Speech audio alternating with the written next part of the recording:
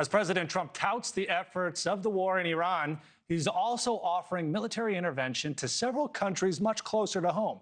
The president hosting the leaders of 12 Latin American countries in Miami today for his Shield of the Americas summit.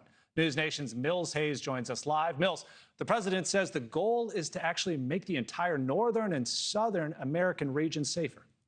Right.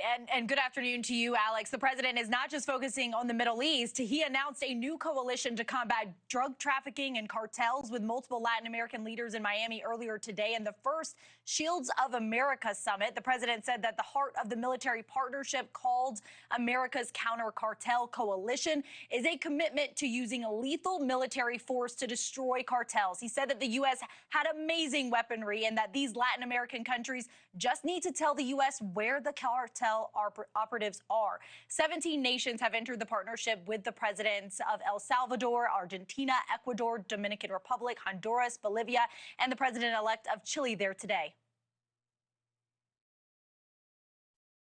The only way to defeat these enemies is by unleashing the power of our militaries. We have to use our military.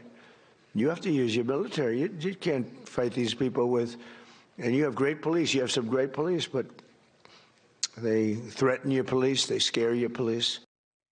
The meeting comes just 2 months after the capture of Venezuelan President Maduro. Trump formally recognizing the Venezuelan government this week, praised interim President Delcy Rodriguez for working with them and saying that the U.S. has been able to take out tremendous amounts of oil. The president also putting Cuba on notice, saying that the country is in its last moments of life as it was, but it will have a great new life. And Kristi Noem was also there in her new role as the special envoy to the Shield of Americas, the president nominating Oklahoma Senator Markwayne Mullin to replace her as the Secretary of Homeland Security after bipartisan backlash. President Trump also said that the epicenter of cartel violence in the Western Hemisphere is Mexico. And just 2 weeks ago, the Mexican military killed El Mencho, the leader of the Jalisco New Generation cartel, during a raid to capture him. And they reportedly used U.S. intelligence to locate him, Alex. All right, that's Mills Hayes reporting live for us from Chicago. Thank you, Mills. Thank you for watching. Subscribe below and download our NewsNation app right now on your phone, and you will get fact-based, unbiased news for all Americans.